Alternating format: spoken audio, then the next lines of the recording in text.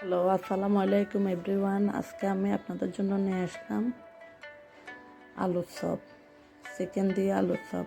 সিদ্ধ আলু ম্যাশ করে নিলাম, পেঁয়াজ কুচি দিলাম, কাঁচামরিচ কুচি দিলাম, ধনিয়া পাতা দিলাম, সামান্য লবণ দিলাম, জিরা গুঁড়ো দিলাম, গরম মশলা গুঁড়ো দিলাম, সামান্য টেস্টিং সল্ট দিলাম। চিকেনগুলো আদা রসুন দিয়ে সিদ্ধ করে নিয়েছি। চিকেনগুলো দিলাম, ভালো করে মেখে নেব।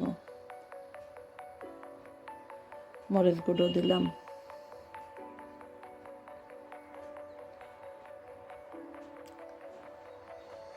এবার যেরকম শেপে তৈরি করবেন এভাবে করে সবগুলা তৈরি করে নেবেন।